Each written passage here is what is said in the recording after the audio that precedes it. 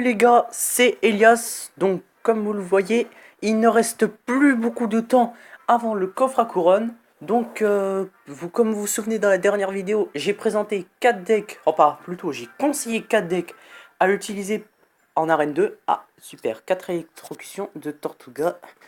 On va le remercier de ce pas. Il est vraiment lui, il est vraiment sympa. Merci Tortuga.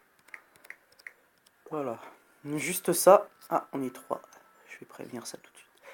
Donc les gars, aujourd'hui c'est une vidéo un peu spéciale parce que je m'adresse à ceux qui débutent Clash Royale. Et oui, en fait aujourd'hui ce n'est pas une vidéo comme les autres vu que je vais présenter deux decks, alors deux decks seulement, les deux meilleurs decks à utiliser lorsque vous débutez le jeu Clash Royale en arène 1.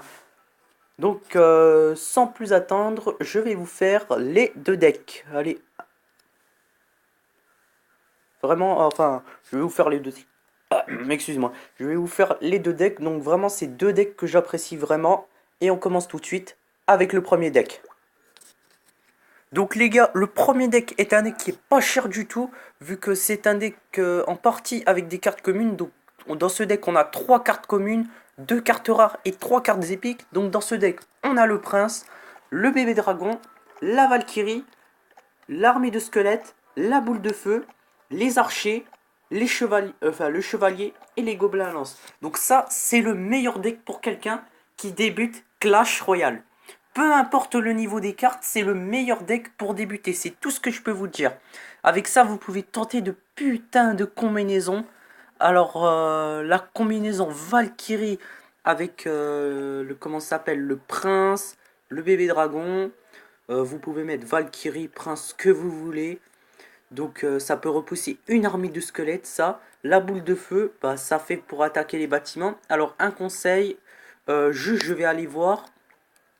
Alors pour ceux qui sont arène 1, attention, si vous voyez que la tour la tour de votre adversaire que vous voulez attaquer a moins de 130 points de vie, là vous vous attardez pas, vous lancez la boule de feu direct. Donc ça la détruira tout de suite après les archers. Vous pouvez tenter peut-être une petite combinaison avec ces 3 cartes là, le chevalier, les gobelins à lance et les archers. Donc déjà vous commencez par poser votre chevalier, déjà qui va partir en avant.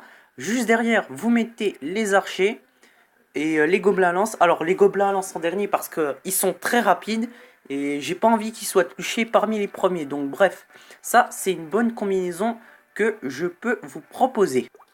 Donc les gars, le deuxième et dernier deck que je vous conseille a la même moyenne d'élixir que le précédent, sauf que les cartes changent. Dans ce deck, on a 3 communes, 3 rares et 2 épiques. Donc dans ce deck, on a les gobelins avec les couteaux, les flèches, la mousquetaire, l'armée de squelettes, la boule de feu, les archers, le bébé dragon et puis le géant. Donc vraiment c'est un bon deck que je trouve. Donc pour conseiller, si vous avez une armée de squelettes qui vous attaque, niveau stratégie, vous pouvez soit poser un bébé dragon ou bien des flèches. Alors attention, si vous posez une mousquetaire, un géant, des archers ou bien un gobelin, ça ne marche pas. Pas parce que déjà le géant il attaque que les bâtiments, c'est pas la merde. Le mousquetaire elle se fait tout de suite, c'est pareil pour les archers et les gobelins. La boule de feu aussi ça peut marcher mais ça vous la ferait perdre pour rien. Imaginez il vous reste 132 points de vie. Enfin il reste 130 points de vie à l'adversaire sur une tour et voilà quoi, il y a une armée de squelettes qui vous attaque. Après vous pouvez tenter une combinaison en mettant d'abord un géant et ensuite un bébé dragon. Et aussi vous pouvez mettre des archers à l'arrière, c'est la combinaison que je vous propose. Donc les gars, c'est la fin de cette vidéo. Alors je reviendrai les gars dans moins d'un quart d'heure parce que ce sera le coffre en or, enfin le coffre à couronne qui va apparaître maintenant 16 minutes, moins de 16 minutes, moins de 17 minutes, enfin un peu plus d'un quart d'heure quoi. Ça va mettre pas longtemps du tout, ça va aller très vite. On espère choper de mon coffre au moins une légendaire et essayer de monter à Rune 6. Ce serait le top. Et si j'arrive à Rune 6, demain, j'essaye de choper le golem dans la boutique.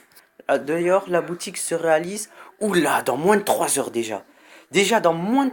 On parle, le temps passe très vite. Dans moins de 3 heures, de nouvelles cartes vont apparaître dans le magasin et c'est-à-dire moins de 3 heures, on sera dimanche. Bref, c'est la fin de cette vidéo et à la prochaine pour la tentative de monter à l'arène 6. Salut!